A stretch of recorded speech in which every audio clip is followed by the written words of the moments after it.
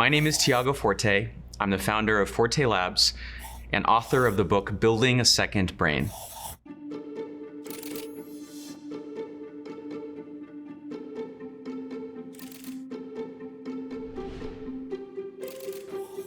How much information do we consume?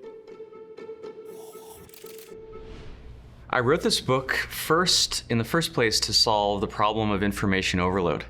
This classic issue that we've been hearing about now for 20 years and yet still have not found a solution.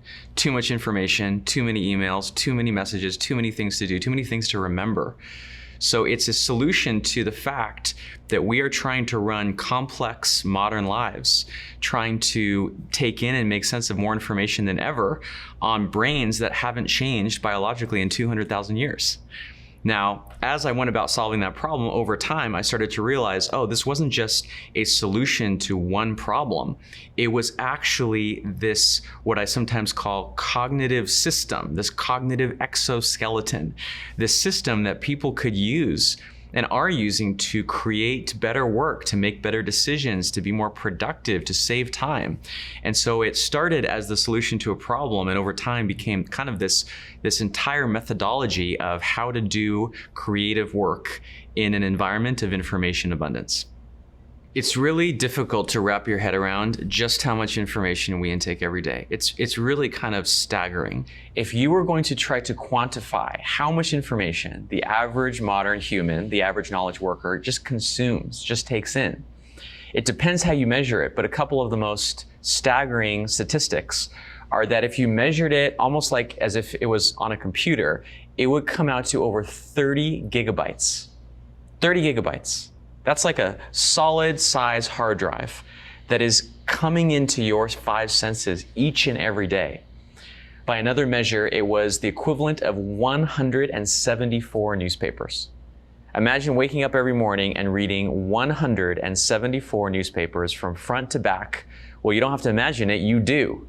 That is literally what you do each and every day when you look at the emails you receive, the messages you receive, the sights and sounds, the audio in podcasts, audiobooks, the reading you do, the communication you do. It is truly an inhuman amount of data, which is why we are in the situation that we're in now. There's an economist, his name was Herbert Simon in the mid-20th century, and he has this quote that I think really sheds light on what is going on here, which is, he says, an abundance of information creates a poverty of attention, right? The more and more information that we have the option of attending to, the more that consumes a certain resource. The resource it consumes is attention. And that's an issue because as a resource, attention is incredibly scarce. It's even more scarce than time, right? In a day, you have 24 hours. But that doesn't mean you have 24 hours of attention. In fact, many days might be so chaotic and frenetic, you might have zero attention. The whole day might just be putting out fires and running from one thing to the next. And so attention is our most rare and therefore precious attention, and it's what's being consumed by all of these companies and apps and social media platforms that consume it. That's what they're after, right? Even more important, even more valuable to them than the dollars in your pocket is your attention. That is the very fuel of the internet, the fuel of the modern economy. They're going for engagement. Engagement is the currency of the modern world. And if you want to avoid giving away all of that attention to everyone who asks for it, every company that demands it, you have to kind of step back and create a bit of a filter. You really have to create a buffer between what I sometimes think of as the media storm, this constant tempest of information. Step back into your little cottage and ask, what do I really want to let in here? What actually makes my life better? What actually makes me healthier? What makes me wiser? Because if you just take in what all of these platforms think you should take in, I can guarantee you that is not going to naturally make you healthier and happier and wiser. Why did history's great minds keep commonplace books? I started researching, I wonder if anyone else in the past ever had this problem. We can't be the first people to ever have too much information to manage. So I went back through history at different stages when there was a lot of change, when society was changing, the economy was changing, the way that we lived was changing. Went back to the Industrial Revolution, to the Enlightenment, to the Renaissance. And it turned out throughout history again and again, every time humanity faced too much change and too much information going on around them, they turned to the same solution. They turned to this solution, this thing called a commonplace book. The word commonplace actually goes all the way back to ancient Greek times, when the ancient Greek assemblies needed a common place, a centralized place to keep all the information that they needed to manage their democracy. But again and again, most recently in the Industrial Revolution in the 17th, 18th, 19th centuries, people would keep a notebook, a paper, almost like a journal, except it wasn't just like a diary. It wasn't just a place for them to pour out their, personal thoughts and reflections. It was a place for them to keep a much wider variety of things, quotes and Bible verses and recipes and bits of advice and wisdom. They would even put, a leaf that they found in the garden, or later on a photograph. It became this central repository of all the information and content that was meaningful to them. Some of history's greatest figures. Leonardo da Vinci is very well known for having, I think, around a dozen different notebooks that documented an entire lifetime of learning and discovery and research. Later on was John Locke, the English philosopher, who actually was so passionate about commonplace books. Later in his life, he published a book on how to make commonplace books. It's one of the few examples of that we have. And then more recently, well-known authors, science fiction authors like Octavia Butler, used it to research their characters and the science that went into the science fiction. Really, it's kind of a who's who of characters going back in time. Sometimes they didn't give us that many details. They didn't talk that much about it. They would just make these small little references to it. But I would dare to say that most of the most prolific and impactful artists, writers, poets, musicians throughout history had some kind of book or note-taking system that was their place to develop their work in process before it was ready for publication. And that's how it was so good by the time that it was ready to be shared. And the reason that was so effective is, most information that we have access to comes from some outside authority. It's a school or it's a corporation telling us what's important. Well, a commonplace book is the one place where you control the narrative. You decide what goes in and what doesn't. You decide what it means. It's the one place you control, and you can make sense of all the stuff happening around you. And what I'm trying to do essentially is reinvent that age-old practice in digital form for modern lives and modern work. So we have this very clear historical precedent, but there's one big difference between Leonardo da Vinci and John Locke and Octavia Butler and us, which is that these people were full-time creatives. They were artists. They could dedicate all of their time to taking notes and reading and writing poetry and, sketching and drawing. I don't know about you, but I can't afford to spend 100% of my time in kind of creative ideation. My work is creative. As a knowledge worker, I have to solve, creative problems, but it has to be done productively.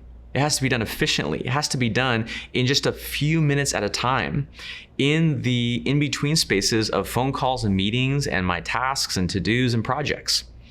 So what that means for us is it has to be something that's leveraged by technology. Think about what modern technology allows us to do. First of all, we keep a world-class note-taking device called a smartphone with us almost 24/7. We don't have to scramble and look for a piece of paper or a notebook and a pen. We always have that thing with us. We can save not only text, we can save photographs, we can save links, attachments, GIFs, videos, almost any kind of media, not just handwriting. And third, and maybe most importantly, we have this just incredible tool called search. You can organize your notes, and I have a few ways of doing that, but it doesn't have to be the most precise, rigid, formulaic way of organizing your notes. It can be a little loose and carefree because you have the incredible power of search to find anything you need, anything you've ever saved or taken note of in the future. What is the code framework?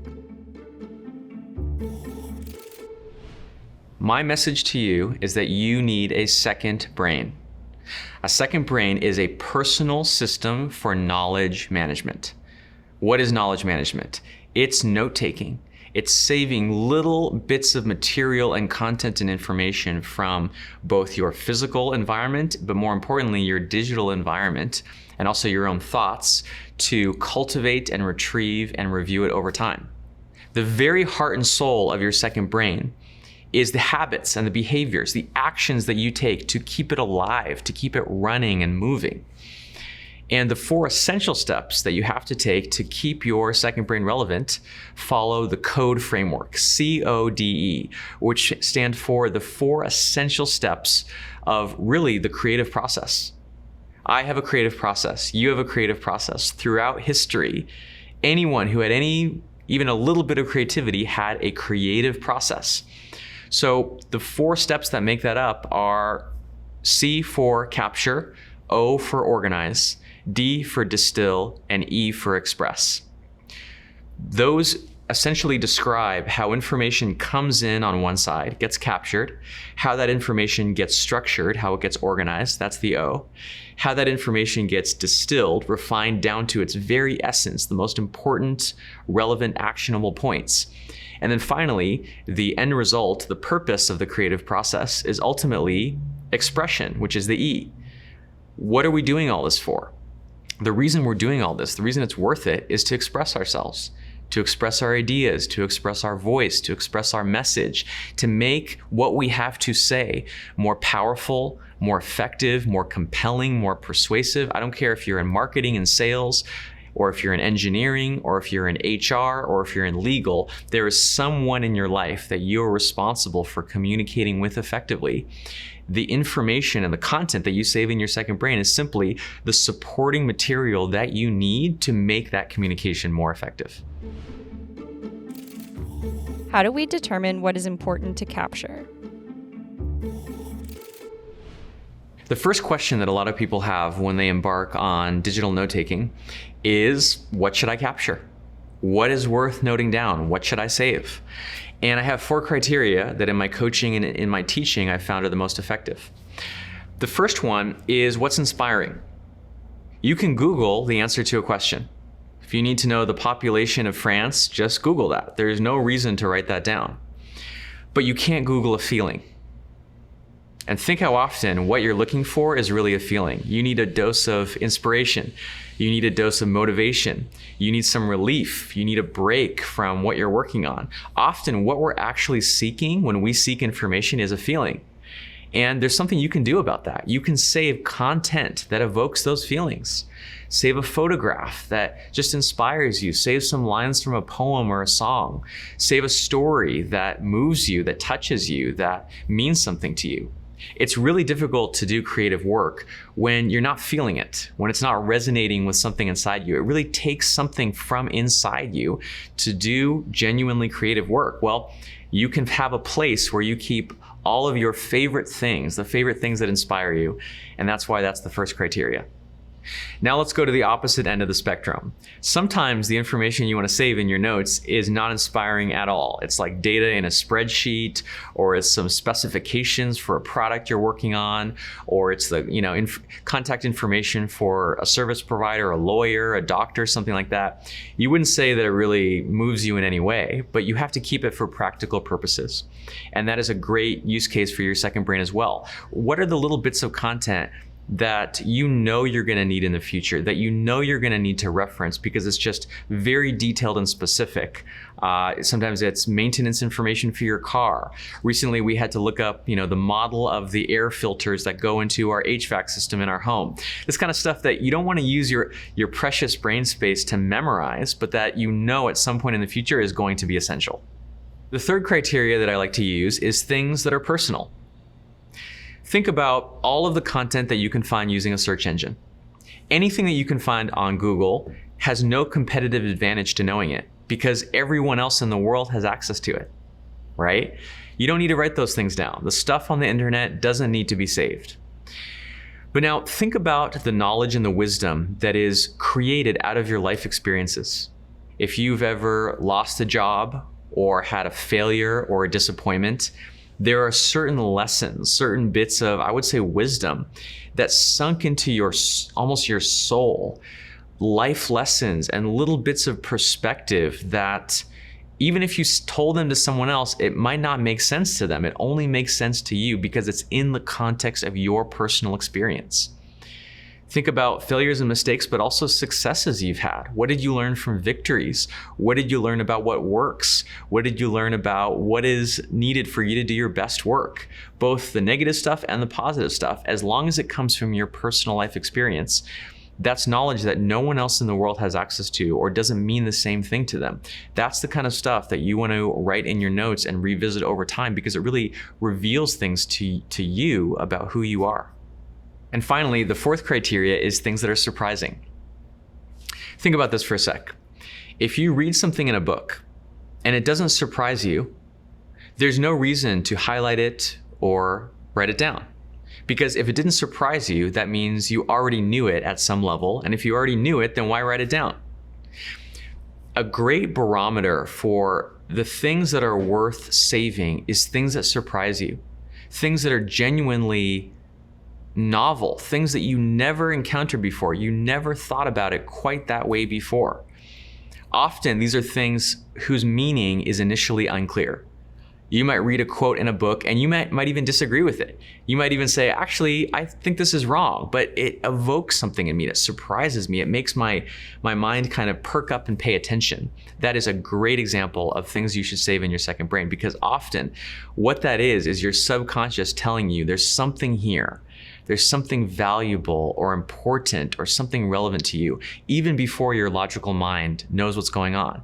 You can listen to those subconscious kind of decisions by noticing what surprises you and capturing that. I always think about a term from information theory, which is called the signal in the noise. Okay, now think about this. Anytime let's say you're listening to a radio program, there's a lot of noise. There's the background static, maybe there's sounds in the background, there's ums and ahs, all this data that just doesn't matter, that makes no difference. But there's also a signal. In that case, listening to a radio program, the signal is the words coming out of the guest's or the host's mouth. As long as you can hear what they're saying, all the background noise doesn't matter. Now, think about how that applies to the rest of your life. There's always noise and there's always a signal. Let's say you're reading a book. Not every single idea in a book is equally valuable. It's kind of obvious, isn't it? Not every single claim or statistic or fact that the author cites is equally important. If you're listening to a podcast, not every answer that the guest being interviewed has is equally valuable. Now apply this to everything.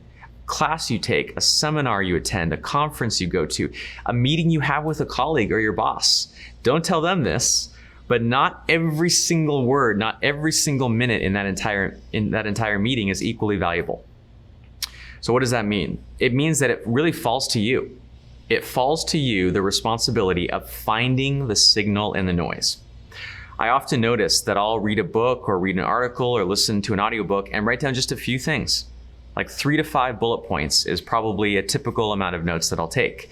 And what that represents is me reaching in, ignoring 95%, 98%, maybe even 99% of that content and extracting the signal that is most relevant to me, which by the way, might not be the same for everyone. You might have a different signal listening to the same piece of content or reading the same piece of content, which is why we have to do this for ourselves. We have to take responsibility and agency for our own information stream and decide the bits of information that are most relevant to us based on our projects, our goals, our priorities in life. I'm a big fan of Richard Feynman, the Nobel Prize winning theoretical physicist who also had many other endeavors that he was into. And I always wondered, I think the thing that most impressed me was how eclectic his interests were. He won the Nobel Prize in Physics. That's a pretty good resume. But then he also published multiple best-selling books. He traveled around the world lecturing on physics to all sorts of universities and institutions. He even played the bongo and the conga drums in orchestras. I mean, this is someone who went really deep on one thing, which was physics. But that didn't mean he didn't have a very eclectic and varied life. He really had both, the best of both worlds. So I started reading. I read all his books, still didn't find the secret, and then I started reading his biographies. And there was one interview that he did that gave me just a little clue, one little clue as to how he did it. And what he said is that the way he did research was by keeping in mind what he called his favorite problems. These were essentially open questions, these ongoing open questions that he had about physics, but also about many other scientific fields and even other subjects. And he would keep in mind these open questions, things like, how do you make a diagram of an electron? Things like, how do you teach physics to an audience of young people? Things like, what makes a successful marriage? Once he had these open questions in mind, he just lived an interesting life. He traveled to countries that he felt like traveling to. He read papers that he was interested in. And what he would do is every time he came across an interesting scientific study or an interesting technique or an interesting takeaway, he would just ask himself in the back of his mind, does this have any application to one of my favorite problems? Is there any open question that I already have that this answer, that this solution that I'm looking at can just be applied to? And it's kind of a random way of looking for matches between questions and answers, problems and solutions. And most of the time there wouldn't be a fit. Most of the time the answer was nothing. But once in a while, this kind of open-ended way of working would yield fruit because he would make connections across domains. He would find a connection between a problem in one field and an answer in another field that no one had thought of. And in that moment, they would call him a genius. They would be amazed that he could ever see such a connection. So the relationship that has to our own work, often we're answering the same kinds of problems, the same kinds of questions over time. Let's say you're a web designer. You might have the open question, how do I design the header of a website that grabs people's attention? Right? That is a problem that you are paid to solve again and again and again over time. And there's no one answer. There's no definitive solution, but you can collect answers. You can collect examples, collect case studies. Every single time you see a banner or a header that is good or is effective or gives you an idea, you save it. And that becomes this kind of, it's like this file of examples, this file of case studies. So when the moment comes to create your own website, you're not just trying to think about something, out of the blue. You're going back to your archive of examples and pulling from things that have worked in the past, pulling from and borrowing from the work of others. The key is you have to give yourself permission to use any kind of open question. You might only have a few kind of big picture, very philosophical, conceptual questions, but some of my favorite ones are things like, how do I exercise every day? Things like, how do I spend time with my kids in a way that also gives us exercise? Things like, how do I spend quality time with my wife when we have a kid and a second one on the way? They're almost like, many people would say, mundane, maybe kind of boring, everyday problems, right? They're not these grand philosophical things. I really like to mix them. I'll have a conceptual question right next to a business question, right next to a personal question, right next to a psychology question, right next to a home maintenance question. With this mix of questions with different aspects and different areas of my life, no matter what mood I'm in or how much energy I have or how I feel, I can just turn my attention to different aspects of my life or my work, and I always have an interesting avenue to explore. What are the benefits and limitations of capturing? It's really incredible. I started researching this and I found that there are just so many benefits to writing things down. Just that simple act of getting these thoughts and ideas and feelings, which are often kind of these vague, jumbled up notions in our head, and externalizing them offloading them from our minds into some external medium, whether that's paper or software, has benefits for your peace of mind. It has actual health benefits. There's been studies that have shown that your blood pressure will be lower, you'll have less anxiety, you'll live longer. I mean, these kinds of things, if there was a magic pill that promised these benefits, you'd be like, give it to me. I don't care what it costs. And I'm telling you, you can access these benefits for free right now with nothing more than a paper and pencil or a note-taking app. All you have to do is get those off your brain. No one has to read what you write down. You don't even have to revisit it. You get most of the benefits just in that instantaneous moment of writing things down. Now, my work is all about first getting the benefits of writing things down, but also getting a second round of benefits, which is the benefits of retrieving and recalling and reviewing. So I really think you can get the benefits twice. But it's important to realize that as soon as you begin writing down, right in that moment, you are starting to feel more relief, you're starting to feel less stress, and your body, in a very real sense, your body and your mind are letting go. They're letting go of having to constantly have those thoughts cycling around your head again and again, because you know it's in some external place that it can be revisited if you ever need it. Let's talk about the limits of digital note-taking for a second, which could illuminate what they are useful for and what they're not. There's a couple things here. First, the extent to which you find these techniques useful depends on the season of your life. I find that I really turn to knowledge management during periods of intense change. When I first get a new job, those first few days and weeks, you're just trying to find your bearings. There's so much information coming at me. I just need a place to put it while I kind of make sense of things. When I am living somewhere new, when I move to a new city, there's all this new information coming at me. When we had our first kid, there was so much information that I had to learn. Those are moments that I especially lean on knowledge management. Even when I look across the arc of my career, in my earlier years, mostly my 20s, early 30s, where I was still kind of finding my direction, finding what I wanted to do as my career, I was note-taking across such a wide variety of topics, and I was saving almost everything because I just didn't know what was going to be useful. Whereas later, a little bit later in life, I find that I'm more harvesting. I'm now capitalizing on the knowledge that I saved back then. And my rate of new note creation, of knowledge capture, has way slowed down. Now, something could happen in my life. Let's say I enter a new line of business or enter a new field, or I don't know, have some big life change that it ramps up again. But it's not that you perfectly do the same number of things all the time, kind of forever. It waxes and wanes, just like any other habit or routine or ritual that you turn to in your life. I'd also say that there are situations where what's most important is not to perfectly capture specific pieces of information. So for example, I used to take digital notes when I was talking to people in face-to-face, one-on-one meetings.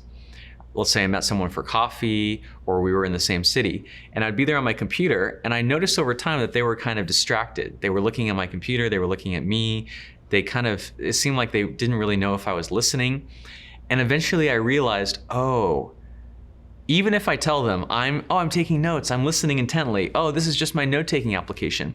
There's something, and in fact, studies have shown that just the mere presence of a digital device makes you distracted.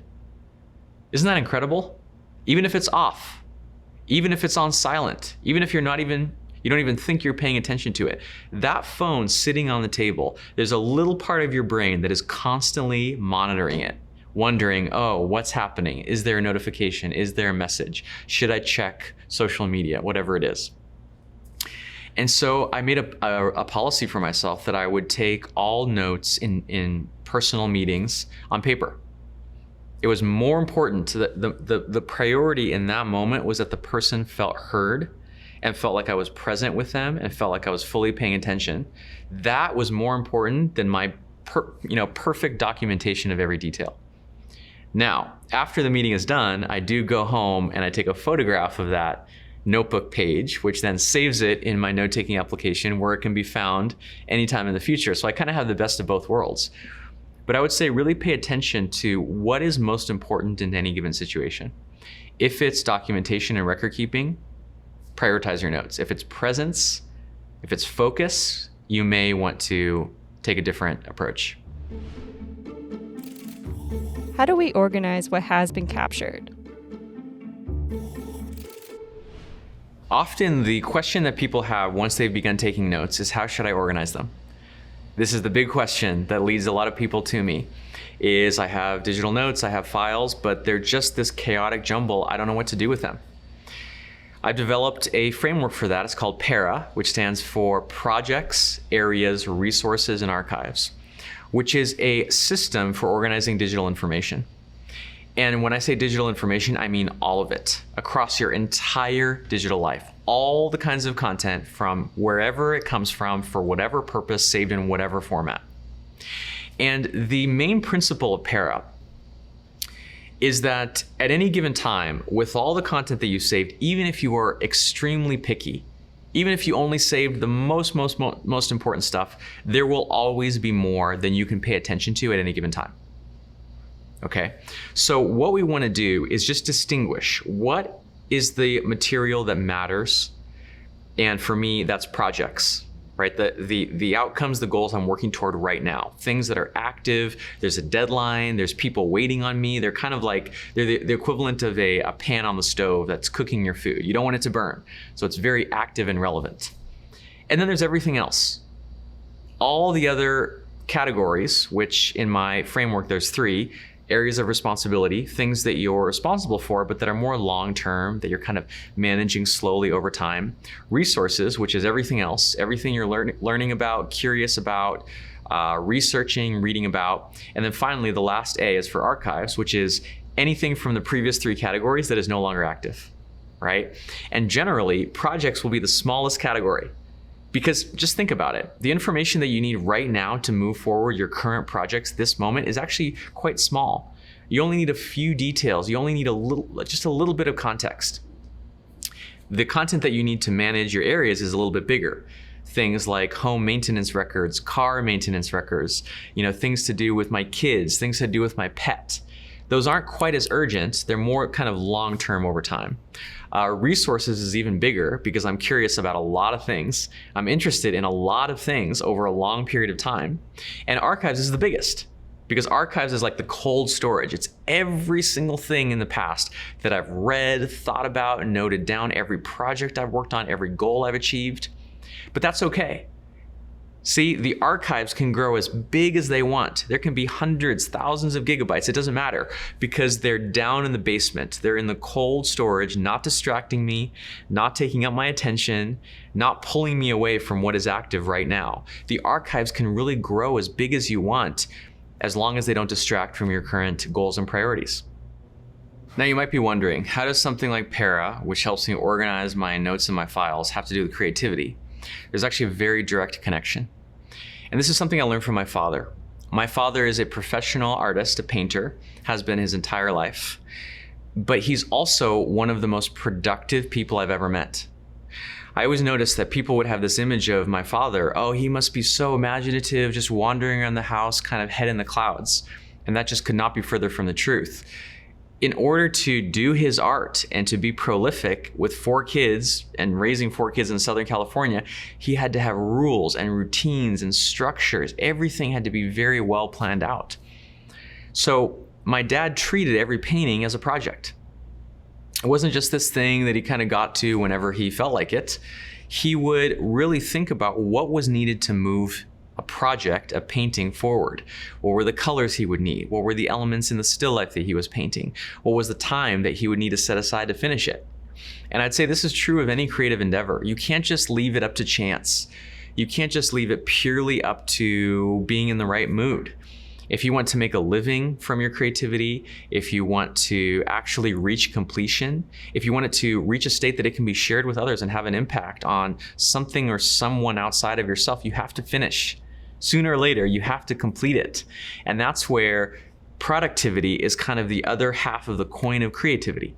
You could be the most creative person in the entire world. If you never finish anything, if you never publish or ship or present or display or whatever it is, no one would ever know. Okay, productivity is the essential second half of creativity. So what Para does is constantly have you ask yourself, what is the content, the material, the raw ideas that are strictly needed for your current projects? If the answer is yes, there is some relevance, you should put that piece of content directly in the folder or the notebook or the tag for that specific project. Don't just hope that you'll remember it at some point in the future, just put it right there. And if it's not relevant to any project, put it in one of the other less important, less visible categories of areas, resources, and archives. So you're essentially constantly making the distinction. What ideas and material do I need to move forward? Put it over here. And what do I not? And put it out of sight and out of mind. What is the distillation process? Here's how distillation works. In the notes that you saved, even if you've been very picky and very selective, there's going to be too much. The human attention span is so short, often just a few seconds. The amount that we can hold in our minds is just maybe 6 or 7 or 8 digits. It's so tiny that if you want to be able to actually work with all these notes, you have to distill them.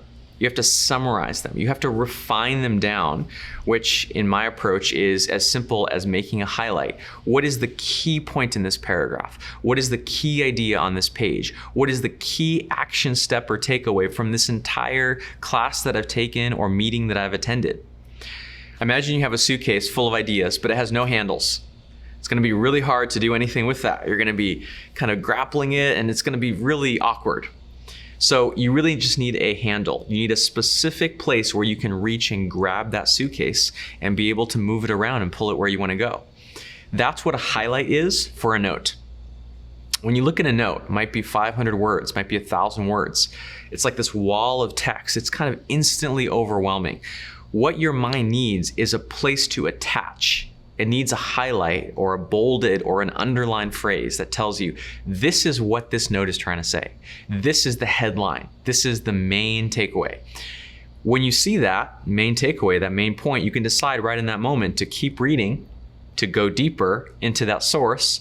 And if it's not relevant, you can just put it aside and go on to something else. That is the value of distilling your notes, and it's essential.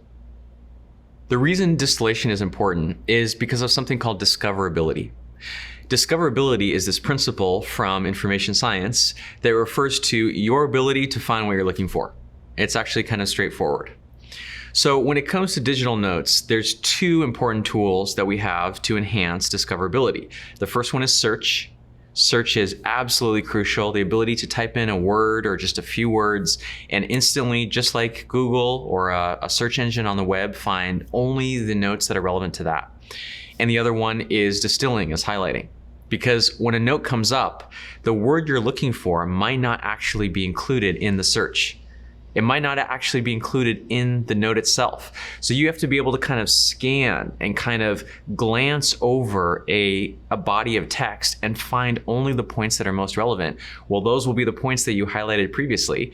And thus you're using search and highlights in a very synergistic way, each one contributing its strengths and what it does best.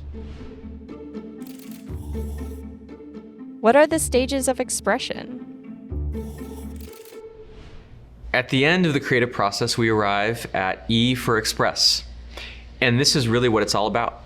This is really the entire purpose of all of this. The reason it's worth doing is the ability to express your voice, your ideas, your message better. Now, I find that expression is challenging. We're not taught in school, we're not taught in most companies that our voice matters, that what we have to say matters, that our message is something that can really reach people and really change them. And so I often see people moving over time through 3 stages of expression. You can think of them as beginner, intermediate, and advanced. The first one is simply remembering. Have you ever been in a meeting, let's say with your team or some colleagues, and you express an opinion and someone says, oh, well, how do you know? Or what makes you think that? And you just think, oh, if I had that one data point, that one fact, that one statistic, or even just that one example, my point would be made so powerfully, so convincingly.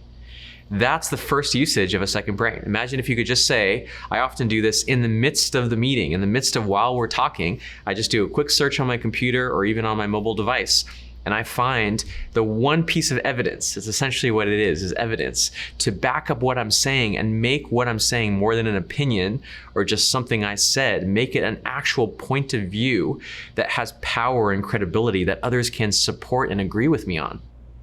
After you've been collecting ideas in your second brain for a while, what often happens is it reaches a kind of critical mass. You start to notice these different notes you save sometimes on very different subjects from very different scenarios and situations. They start to connect. You might realize, oh, this insight that I had about gardening in my backyard at home has an interesting parallel to how to organically grow my audience. You know, these connections will cross the boundaries from one project to another, from one department of the business to another, even between your personal life and your work life. The same patterns tend to repeat again and again in your life, is my experience. And by saving all of these observations in one single centralized place, your second brain, you drastically increase the odds that you're going to notice how things connect and relate. And this is innovation. This is creativity. It's not inventing something from nothing. It is just applying a tool or a technique or an insight from one domain and then translating it to another one. That is the very essence of creativity. And then finally, there's a third stage, the most advanced stage, which is creating. After you've been remembering and retrieving, and then you've been connecting ideas together, eventually you reach a point where you realize there's something new that I have to say. There is some new point of view, a way of seeing either your organization or your business or your industry or the world at large or some important issue or cause that is not quite the same as anyone else. And that's when people become creators. They start writing or blogging, they start a podcast, they write a book, they write a play, they design a website, they produce some sort of artifact, some knowledge artifact. These artifacts kind of encapsulate what they know in a concrete thing, whether physical or digital, that can go out into the world and almost be like their ambassador. It can be the vehicle through which their ideas impact the world. And that is the ultimate and final and most advanced use of what I call a second brain. Sometimes when I say creativity or creation or creator, some people tend to disqualify themselves. They think, oh, well, I'm not a blogger, I'm not a YouTuber, I don't teach online courses or whatever. And here's the thing, is online creators, people who make a living by publishing content online, they're just the leading edge. They're the leading edge of something that is coming to all of us. I promise you. In the future, if not already, all of us are going to have to create content, whether that content is shared publicly on the internet or just to your organization or your industry or even just to one person, it's content. We're going to have to get used to putting our ideas on display, getting feedback from other people, their critiques, their perspectives, their points of view, and then incorporating that feedback back into our thinking and make one more pass, one more iteration. This is just the way that things are moving. Work is becoming more collaborative. It's becoming more public. It's becoming more iterative, where it's not about, and really it never was, about the lone genius going into the studio or going into the cave, staying there for weeks and months, and then emerging with this perfectly formed thing that they created. That era no longer exists and maybe never existed. Today it's all about collaboration. Whether it's a film you're working on, whether it is a piece of technology that your company sells, whether it is a policy that you're writing to be instituted as law, it doesn't matter. These big outcomes, these big impacts come from the collective minds of people. They come from groups. Now, what you bring to that group, what you bring to the table is your body of work. This body of knowledge that you've collected, not just something you thought about in the moment in a brainstorm, but something you've been cultivating and growing over time so that when you sit down at that table, It's not just, hey, let's come up with some ideas. What do you guys think? It's like, no, let's bring our notes to the table, put them on the table, compare and contrast them, and actually build something that matters, that is novel and meaningful. That's, I think, really where things are headed. And I think anyone, no matter what their profession, no matter what their field, needs to get used to this very collaborative and very iterative and experimental way of working. How can we make the most out of code? We are knowledge workers, people who manage large amounts of information to do our jobs and to solve problems.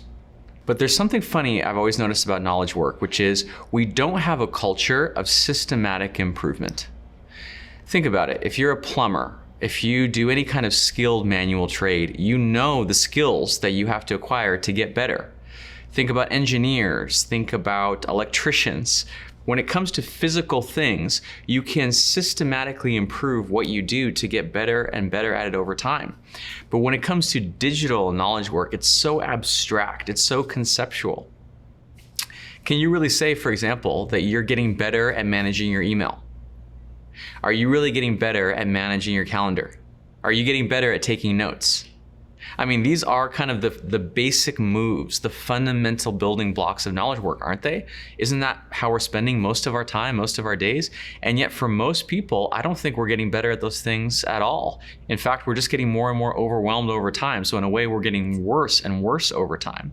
We don't have a culture of systematic improvement when it comes to knowledge work. And that's largely what I'm trying to provide. In my view, knowledge work is about code. It's about, at the most basic level, we are all taking in inputs, processing and refining them in some way, and then having some kind of output on the other end. And once you break it down into, for example, the 4 steps of code, you can practice each of those 4 activities. You can get better at them. You can use tools and software that makes you more effective at them. If you get better at the 4 steps of code, you will unavoidably get so much better at the final outputs of knowledge work, which then will accelerate your career, enhance your reputation. Really, what we're looking for is bringing knowledge work down to a process that anyone can understand and therefore improve. One of the reasons that it's so powerful to save it all in one place, all the learning, all the resources, all the references, all the research, that centralization is so powerful. Because once you start doing that, you very quickly realize just how much you have. With all this stuff spread out over a million places, you can tell yourself that you're not ready, that you need to do more research, that you need more planning and preparation. But once it's all in one place and you step back and you look at just the staggering amount of information, knowledge, and even wisdom that you already have, it's kind of like this moment of confrontation where you can't really say, I don't have enough. I mean, look at this. Look at all that you've collected, all that you've acquired. And so sometimes people become information hoarders where they fall in love with the C in code. They fall in love with capturing. Because there is a bit of pleasure. It's like hunting. You get that little tidbit of knowledge, you save it in your little special place, and you're like, I made progress. I acquired something valuable. But what I want to do is have people fall in love with the end of the process. The beginning of the process is great. The end of the process is even much, much better. Because that's when your thinking comes to fruition. That's when it all gets to live and stand on its own 2 feet as something apart from yourself. That's when you get other people's appreciation and respect. That's when you get a higher income or sales or some whatever goal you're trying to achieve. And it's really just a matter of pushing as much of your effort from code, which is where people tend to concentrate because that's the easiest, taking notes in the first place. Just don't even spend more time. Don't even put in more effort. Just redistribute the effort. Push it from C to organize, to distill, and then to express. We're already spending 10, 12, 14 hours a day consuming and interacting with media on our devices. That's already the case, especially after COVID. You don't need to spend more time. In fact, you should probably spend less time, but it just needs to be rebalanced. Less consumption, more creation. Less passive, more active. Less just whatever the authority told me is important, and more deciding for yourself what is important. That is what is going to put you in control of your own destiny. What are divergence and convergence? There's another idea that I want to introduce you to, which is divergence and convergence. This is a concept that I borrowed from design thinking, which was originally applied to designers building products, and today I think is really applicable to all of us. And it works like this. Any creative work can really be boiled down into just two stages. They're kind of like a pendulum. They swing back and forth, back and forth.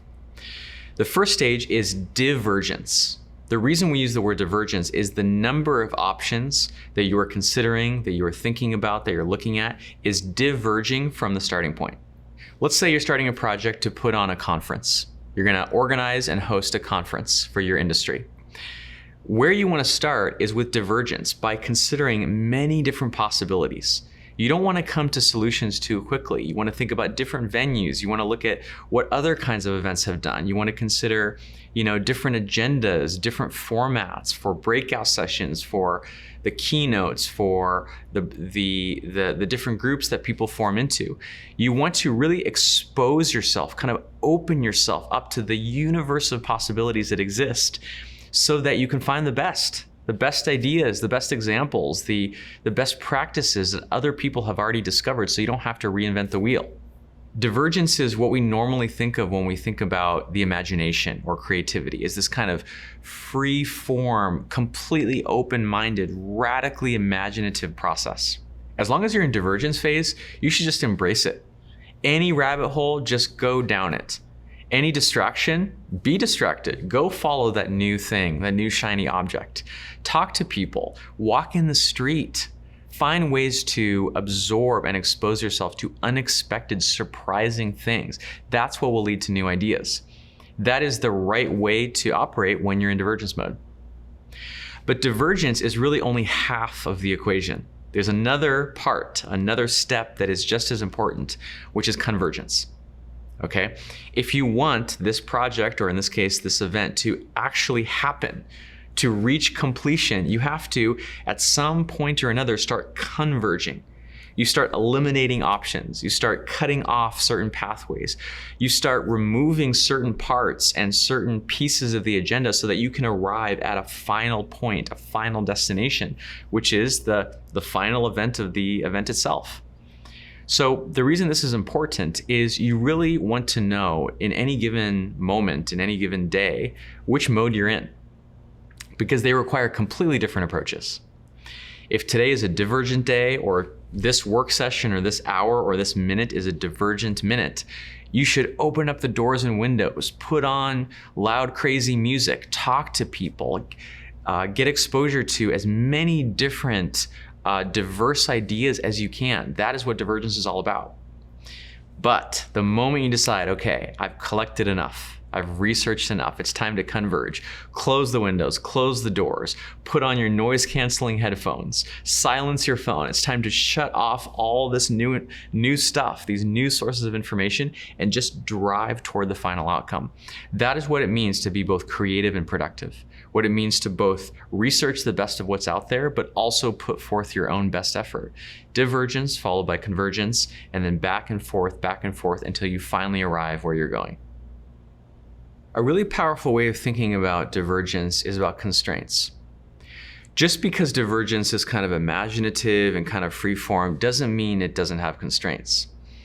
So one very mundane example, I found that when I'm browsing Netflix or any streaming service for something to watch, the more options I consider, the less likely I'm going to choose any of them.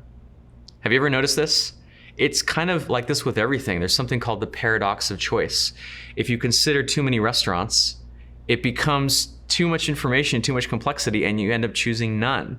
If you consider too many places to vacation, if you consider activities to do with your friends, too many options under consideration multiplies the effort so much that you end up just kind of collapsing in exhaustion. And so what I like to do is, before I've started, give myself a constraint.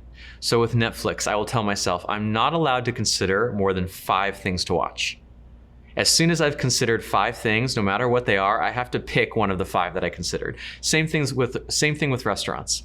I'll tell my wife often, instead of, oh, where do you feel like eating? Which always quickly becomes this infinite discussion of all the possibilities, I give her a multiple choice question.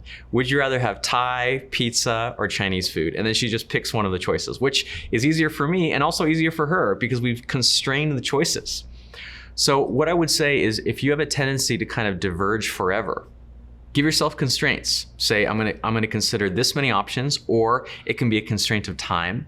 I'm gonna spend this many minutes or this many hours researching, planning, trying to decide. Once that time limit is up, I'm just gonna choose. Constraints are really essential because you can really spend forever diverging. We've all met that person, you talk to them, oh, they're researching, some obscure topic. A year later, or what are you doing? Oh, I'm still researching that thing. There's been no tangible signs of progress. Nothing has been published, nothing has been shared, no results, no outcomes. And you just start to kind of wonder, are they really researching? Are they really making progress? Am I really researching? Am I really making progress? I often say that learning and research is the most tempting form of procrastination. Because as long as you're researching and learning and planning, you can tell yourself, oh yeah, I'm making progress. Oh yeah, I'm moving forward, when you're not. You're really just procrastinating with a very plausible sounding excuse and avoiding facing the really difficult thing, which is simply that moment that you decide to converge and you decide to arrive at a conclusion. Many people, especially people who have many interests, are curious about many things, the kind of person that might consider building a second brain, tends to have more difficulty with convergence. They have so many things going on. They can see all the possibilities of what this thing they're working on could become, that I think there's actually almost a form of grief. There's like a creative grief that comes in that moment where you have to axe the scene, you have to delete the paragraph, you have to, remove the slides. It's like, oh, my babies, my children, I spent so much loving attention to bring them into the world, and now they're being cut. It really is painful. And that's the case for myself. It's so hard for me to converge. There's a few ways that having a second brain makes convergence easier. The first way that digital notes can help you converge is by getting the thing you're working on and breaking it up into smaller pieces, into smaller steps. Now here's the thing. You've heard that before. Probably going back to elementary school, your teacher told you, oh, if it's too hard, it's too big, break it down into smaller steps. But here's the thing, without a second brain, without a place to save those steps, just breaking it down into tiny pieces just makes it worse because you have to manage all the pieces. You have to keep track of all the pieces. You have to remember somehow where every little piece is, what its current status is, and how they all fit together. If you're trying to do all that in your first brain, your biological brain, it's not going to work. Breaking things down into smaller steps only makes things worse if you do not have an external medium to save all of that detail in. The second way that a second brain can help you converge is a technique that Ernest Hemingway used for his writing.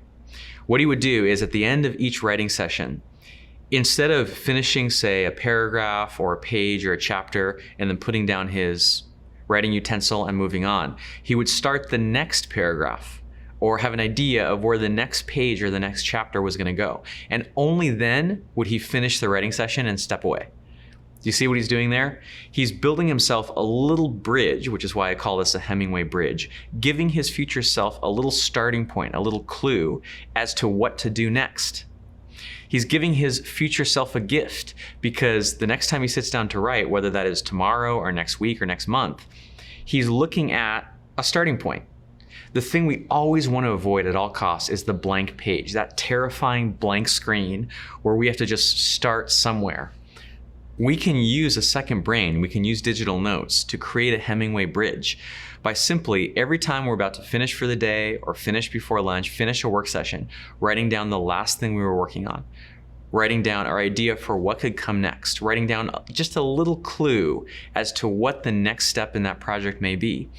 Now, of course, you need a place to write that down. You need a place to save it where you'll remember where You wrote it down in the first place, and that is what your second brain is for.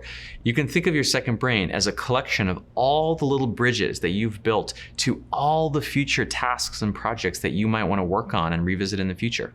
And finally, we have a third way that a second brain can help you converge, which is called dialing down the scope.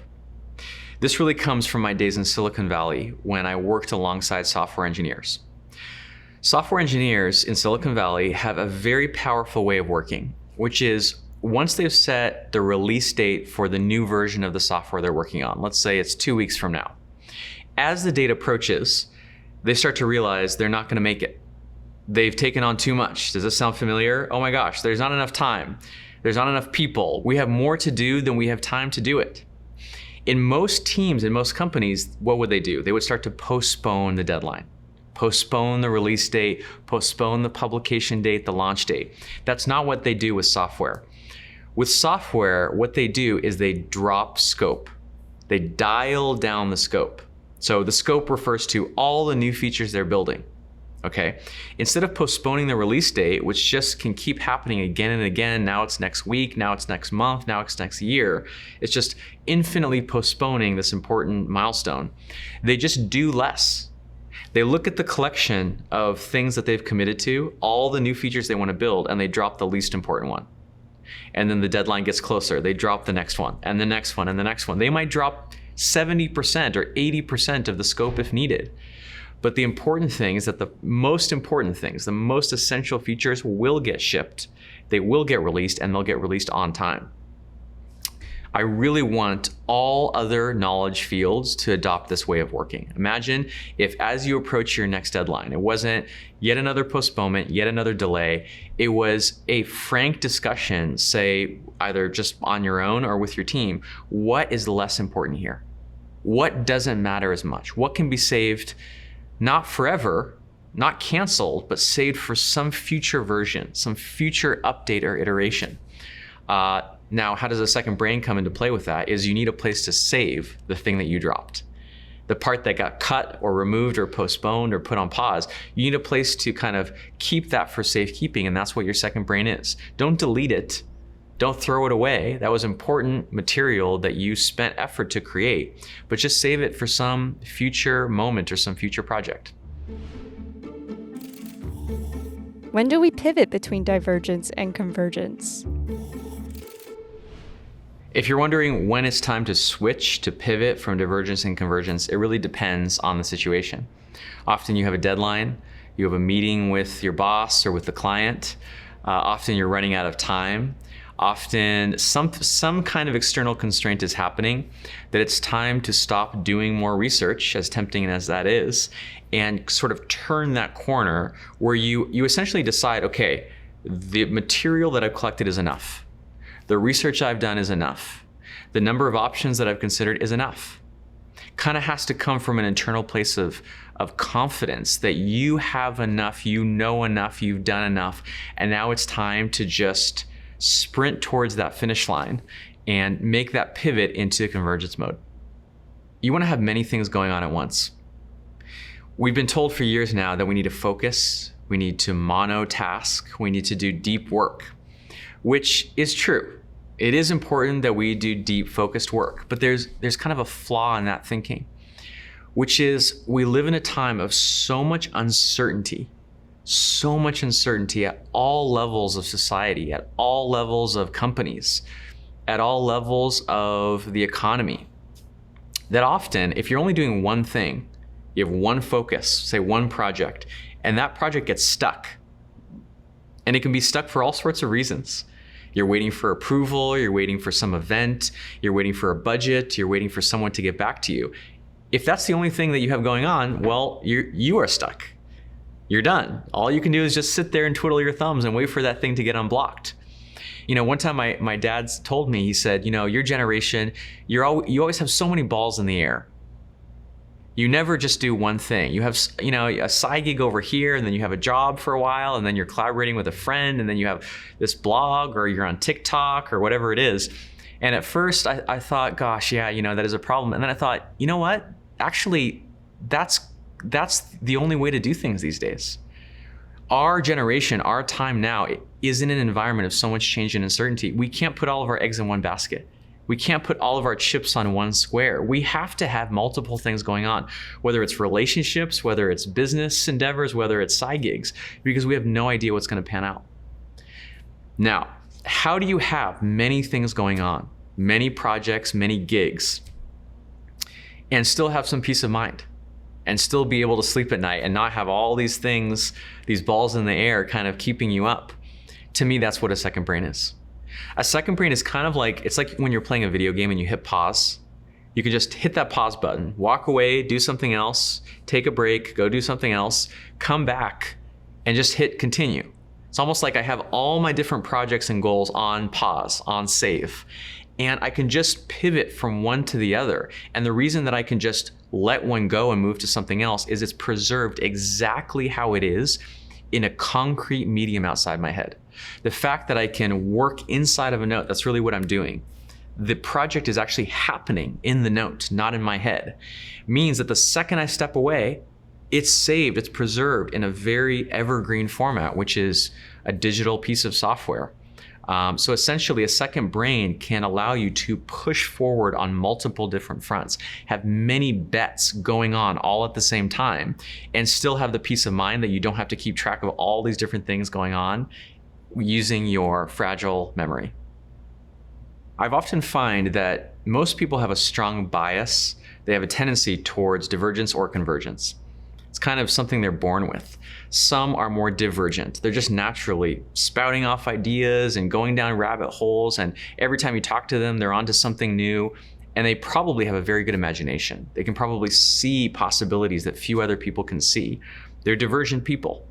Other people are convergent. They're often more practical, more numbers oriented, more analytical, and they really like to just know the deadline, the timeline, the framework, the structure, follow the steps to get to the outcome.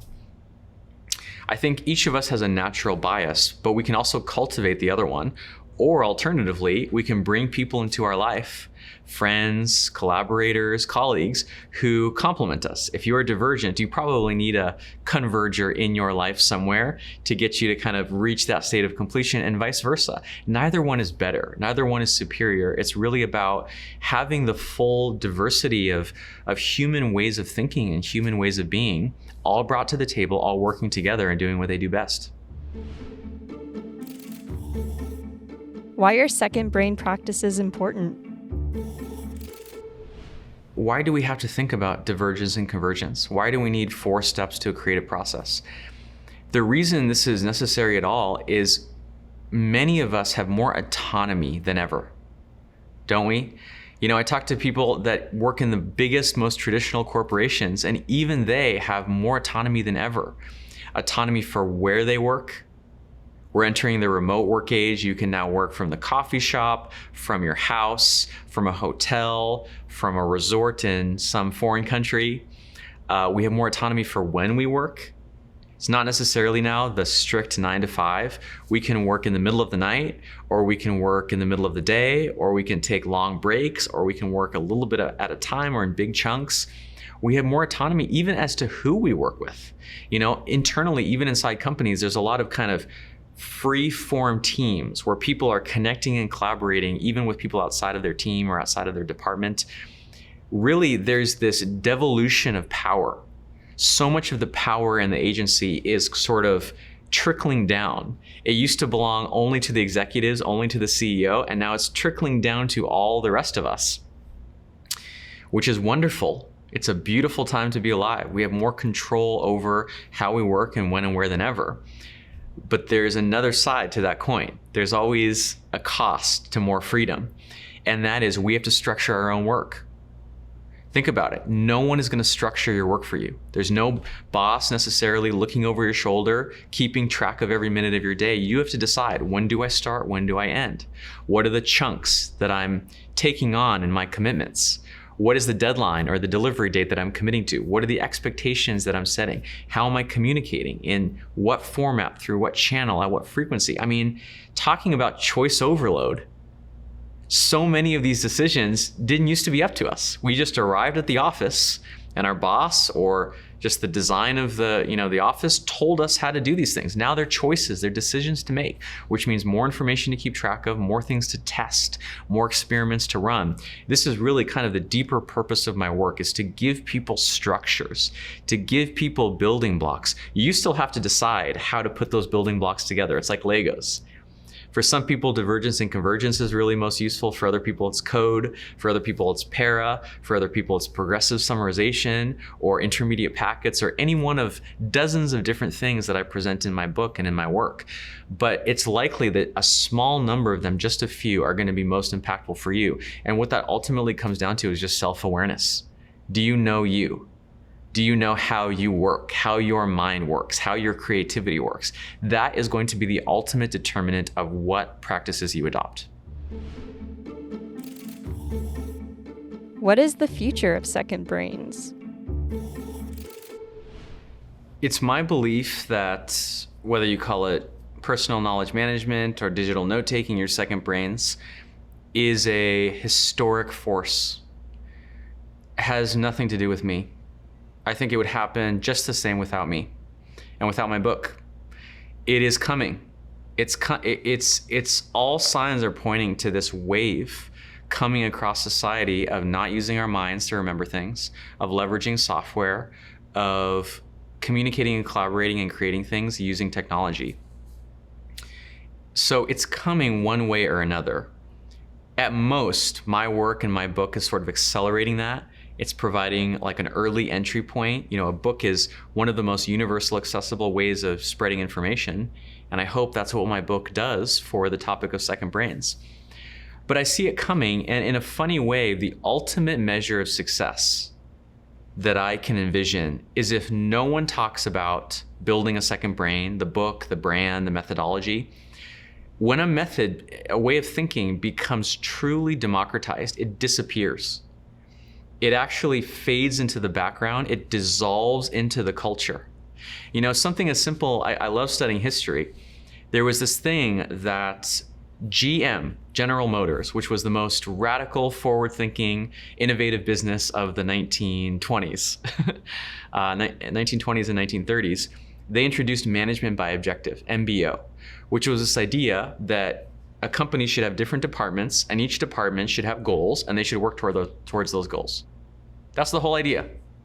And it was radically innovative. People were like, what? Objectives? Like, have objectives and track progress towards them?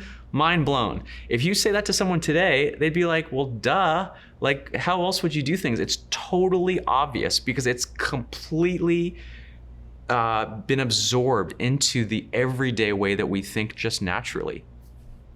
And I think that will happen with digital note-taking. We'll reach the point that if someone says, this is the ultimate measure of success, that if someone says, oh, I'll keep that in mind, the person talking to them goes, what? Why? Why would you do that? That's dumb. That would be like trying, like if you have to carry a bunch of equipment across town and you try to like put it on your shoulders and just walk it down the street. It's pointless. Why take on that burden? Of course you're going to save knowledge externally.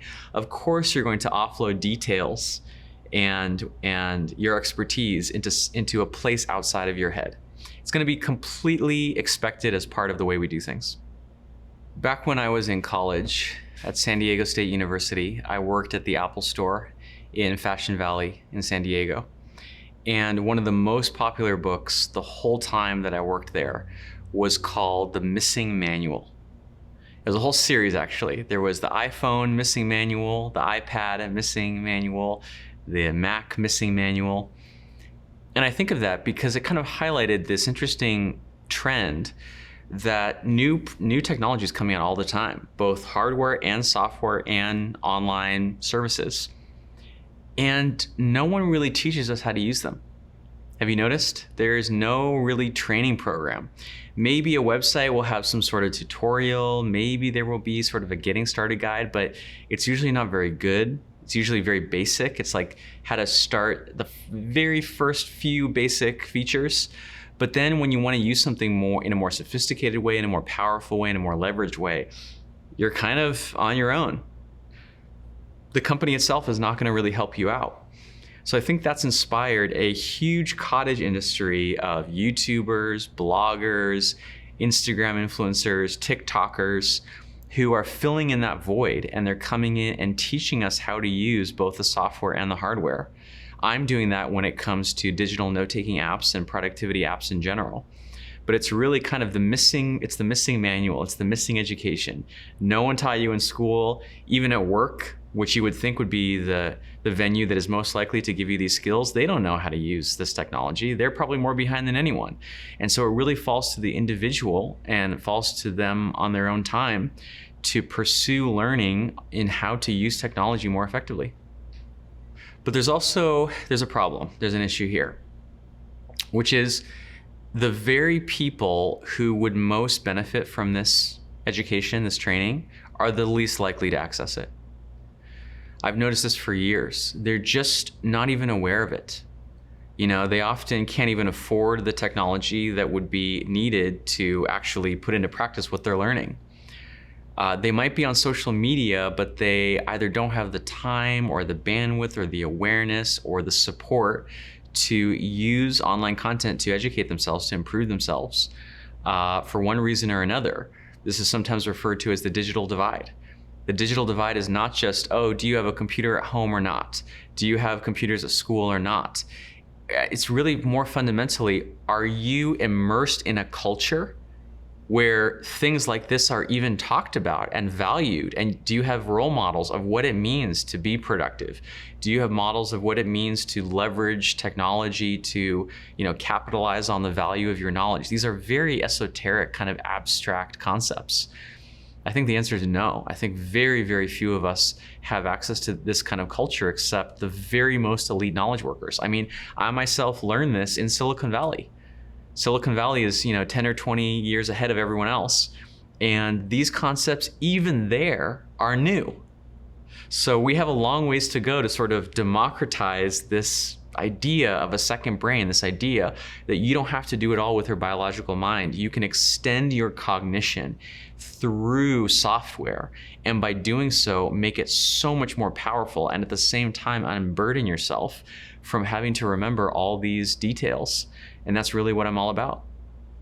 We're living in an age where technology is becoming so incredibly powerful that it's not just like having a slightly better car or a slightly nicer house. These days, the divide is between people who are using technology to become almost superhuman. Think about someone who has mastered how to use a computer, who has an online presence, who maybe even has an online following, who can connect to anyone in the world, can access any piece of knowledge they want, has taken dozens of online courses on any topic you can imagine. Eventually they're even going to start, having brain-machine interfaces and embedding technology inside their body. That's coming very soon. And so those are compounding advantages. When you have those kind of advantages, they feed on each other and compound and grow. And the divide between that group and everyone else who doesn't have those advantages just gets wider and wider. And I think we're seeing that more and more. Increasingly, a tiny elite who understand the internet, understand computing, understand software, and understand themselves and how to interface themselves with these things are tapping into resources and sheer power that in previous eras was reserved for heads of state. I mean, others have observed that the average person with a personal computer connected to the internet has resources, informational resources, that the President of the United States did not have even just 20 or 30 years ago. That's kind of unfathomable, and they're using those resources. They're using them to become even better, even faster, even richer, even more leveraged to really extend their capabilities and extend their ability to shape their own future, their own destiny. I think that's the main reason the divide is getting worse, is simply the compounding advantages on this side of the divide that aren't available to everyone else. At the same time that technology has this concentrating force, it tends to concentrate power and resources. At the very same time, technology is a democratizing force. It's really this big paradox. Think about, I've seen others kind of remark that a billionaire and the average college student are using the same computer. They're using probably, a PC or Mac. That is a remarkable turn of events. They're probably using the same phone. In fact, the student may have a better phone than the billionaire. That has never before happened in history. In all of history, the billionaire, everything that they had would be far superior. Think about the fact that so many online services are free. Social media is largely free. Content is largely free. Google is free. That is an incredibly democratizing force. It's a populist force. Technology is a populist force in the world.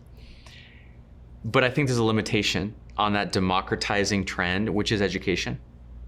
It's education. This is what I'm providing, what I have to offer is, okay, you have access to all these online services, but do you know how to use them? Has someone oriented you? Has someone trained you? Do you have peers and people in your life who tell you, hey, I'm using this thing, you should try it, right? If you have a question or you encounter a roadblock, is there someone you could reach out to for help? Even something as simple as, I notice in my online course, which I teach on Zoom, the self-confidence to raise your hand, your little digital Zoom hand, and say, hey, I have a question, I have something to say. That takes a lot of self-confidence. Some people do that constantly. They're always engaging, always participating. And then the rest of the class is just sitting there passively in silence, right? To me, this is education. It's role models. It's modeling. It is a cultural thing. It's a linguistic thing. Something like personal knowledge management. If you look at Maslow's hierarchy, what we're talking about is like way high up the pyramid, right? It's way up there towards self-actualization. And you only have the privilege of even thinking about this if all the other layers are in place. You're not gonna go think about digital note-taking if you have problems with food or water or safety and security or belonging. Unless all those other levels are in place, it just doesn't make more sense to talk about software.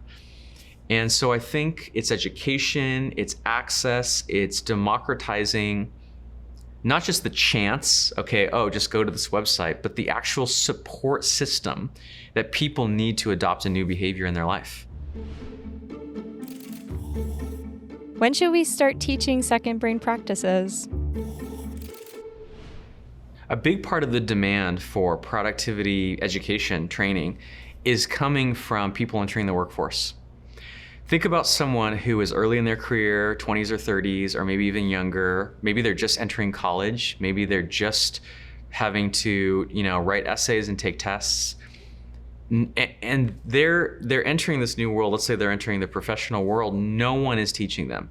Think back to your own early career years. Did anyone hold you by the hand and teach you how to use the different tools? Did they teach you techniques for getting things done? Did they teach you, frameworks like divergence and convergence? No. Usually what happened is you just kind of stumbled around the office for a while, looked at what other people seemed to be doing, and just kind of mimicked them. If you were really lucky, you had a good manager who could kind of give you some tips and some feedback, but I find that's actually quite rare. And so what we're doing, especially people early in their career, is going to the internet, the place we all go when we're looking for answers these days, and finding YouTubers and bloggers and social media content creators to essentially just teach them best practices. How do you use software? How do you keep your email under control? How do you make an agenda for a meeting? How do you set a goal? How do you set a milestone? How do you organize your notes in your files? These such basic things that really should be taught in university. In fact, I have a goal. One reason we chose to publish a book, through a major publisher, seek publishing deals all around the world, we kind of went the most kind of tried and true, proven mainstream route, is I want to have this in schools. I want a little class that you take at the beginning of the semester, maybe your freshman year of college, that is personal knowledge management, how to make a second brain. Because imagine if we went through our higher education, our college years, saving and keeping everything for the long term, for the life that we're about to enter, rather than just for this test or just for this essay. It all starts in college and we're paying an arm and a leg for it. I think it needs to start at least as far back as college years. I think there's such a tremendous opportunity with young people. I've had a number of chances to teach young people or work with young people, and it's actually remarkable. There's a few things I notice. First of all, they get it so much faster than we do. I do my introduction and they're like, wait, you're saying I should just save things that I find important on my smartphone and just keep everything there and then use that device to like capture and take photos and share things with people and then collaborate and communicate? And I'm like, yes. And they're like, well, duh. What else would I do? What am I gonna do? Paper like an old person? They're completely on board. Their smartphone is their entire world. Like they don't need convincing. The adults need convincing to enter this digital world. Oh, you can trust the digital world. You can enter the digital realm. Young people are like, yeah, I already live there. I only occasionally leave it to, walk around in this physical realm. The second thing they get is moving quickly to creation. They often don't think or believe or accept that they have to go through all these preliminary steps, do all this planning on research. I'm amazed by TikTok. I think TikTok is one of the greatest revolutions in creativity that has happened recently. And I watched this one video where a TikToker showed how she edits her videos. Blew me away. There was no computer. There was no video editing software. There was no post-production. She just used the built-in editing tools for TikTok where you would, record and then you touch the screen and it pauses and then she moves it and then records. She did it completely kind of in camera. No post-production needed. She basically skipped 3 steps of code and just went straight to expression. And increasingly, that's the future. The future that we're headed toward is technology replacing one at a time every single little step in the creative process, except the last one. The last one, the final act of creation, expressing that final thing will be the last one to go, I believe, which is why this is all worth investing in. But young people, they just are optimistic. They don't have all this baggage of the past, all the baggage of school, all the baggage of the business world, the baggage of how companies operate, the baggage of, all of life's responsibilities that we have as an adult. They almost, in a way, just go straight to this brave new world of digital creation and digital creativity. So I think, if anything, they have a lot to teach us instead of the other way around. Can productivity and mindfulness coexist? Someone once told me that every solution ultimately becomes a crutch. And I found this to be true. Every tool, technique, shortcut, hack that you depend on, that works, that you turn to, eventually becomes a crutch. And there's not a problem with that, but I always like to do this experiment of just throwing away the crutch, at least for a while. Even something like meditation. I've meditated, I think, for almost 10 years, most days, probably on average 5 or 6 days a week. And I recently thought, what if I stopped this? Like, what if I tried something else? There's more than one way to be mindful. There's more than one way to get in touch with my emotions. There's more than one way to be more balanced. Let me try something else. This is very healthy to do with technology. Like, try going a day without your phone. Try going a day without the internet. Try going a day without social media. I'm really into fasting. There's so many, if you look into fasting, which is simply not eating food or not eating certain foods for a period, there's incredible benefits. Your life span gets longer, your cancer rates go down, your metabolism goes up. I kind of think that applies to everything. Everything in your life, even things that are good, that are positive forces in your life, you can at the very least learn about yourself and learn about resilience and learn about adaptability by simply doing without it for a while. And I think that most definitely applies to digital notes, digital note taking. It might be useful in some season of your life, but then it might stop being useful, and then you should stop. You should not take my word for it that it's a lifelong, eternal thing. Maybe it's just for one short period of your life that this is something that's going to help you. And then the season of your life changes, inevitably, always, and you enter a new season. And there might be some completely other kind of productivity system, or maybe it's a mindfulness technique, or maybe it's a relationship, way of managing relationships. Who knows? I kind of think of self-help not just as like a band-aid to just like fix that one problem. I mean, everything is self-help. All we're doing all the time is trying to improve our lives. Almost everything we do is trying to improve our lives in some way. If you want to call that self-help, you can, but it can be very gratifying to just give yourself the permission to experiment, to test, to swap things out when they're not working, or even if they are working. Because ultimately, the point of all this is to live a meaningful life. The point of all this is to have purpose and fulfillment and, a feeling of satisfaction at the end of the day. If personal knowledge management can enhance that feeling of satisfaction some of the time or sometimes, I would turn to it. And if not, find what will. These two realms, I think, start off separate. There's like the world of technology, and let's call it the world of mindfulness. At first, they seem at odds. They seem like polar opposites. But I think something also happens when you become more fluent. You become more fluent with how technology works. The first time that you're kind of building a second brain, setting up a second brain, everything is kind of difficult. It's complex. It's full of friction. It doesn't feel natural. It doesn't feel like it's just part of the way you do things. And so in the early days, you might think, I'm just going to be present in this situation. I'm not going to take notes. But as your second brain becomes, it really does reach this point where it's an integral part of yourself, almost like your shoes or your clothes or your glasses or contact lenses, where you don't even notice that it's there because it is so integral to the way that you work and how you think. And when that happens, I actually think note-taking complements focus and presence. One example is I love taking notes walking around cities. It's one of my favorite things to do. Anytime I'm in a new city, I just walk and I just take a photo, of a little scene of a bird kind of washing itself in a bird bath. I can't explain why, but something about the way the light, comes through the trees onto that little bird just evokes something for me. I'll take a lot of photos, a photo of a poster, like a mural on a wall that someone painted that I think has some kind of edgy, cool designs.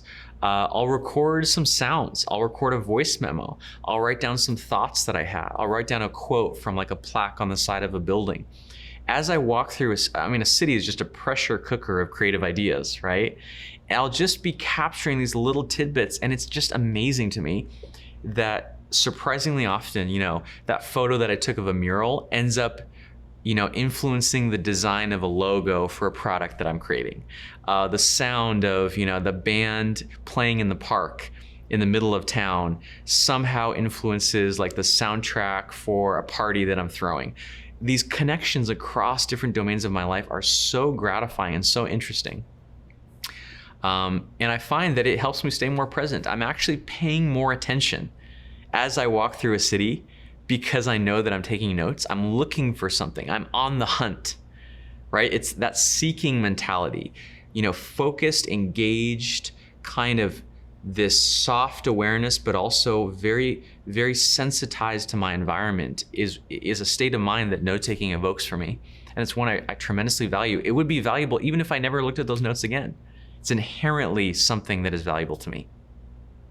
There's another way that having a second brain really complements your holistic development as a human being. I'm really into self-development, but self-development is expensive. It's so expensive. Courses are expensive, seminars are expensive, coaching is expensive. Even something like I've done like 10-day meditation retreats a couple times, which are free technically, but who has 10 days? 10 days to go off in the woods and meditate for 10 hours a day? That's unbelievably expensive in terms of time. And so in a funny way, in a kind of ironic way, in order for you to self-develop, you need free time. You need bandwidth. You need like an open space to explore yourself, to explore your psyche, to explore your emotions, your relationships.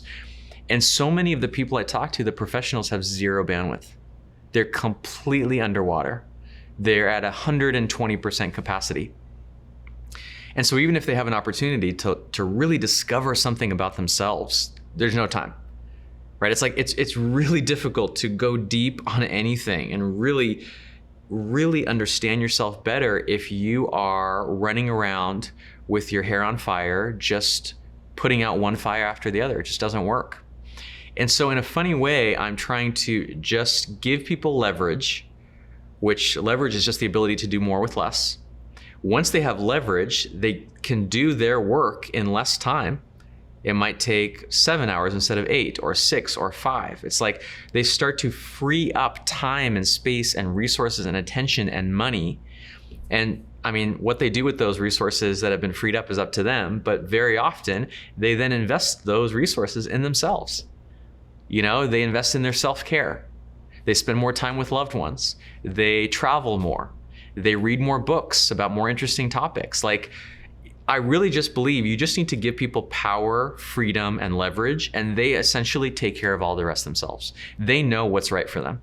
People know what is in their interest. They know what they need. They just need the permission and the freedom and the autonomy to pursue those things. To learn even more from the world's biggest thinkers, get Big Think Plus for your business.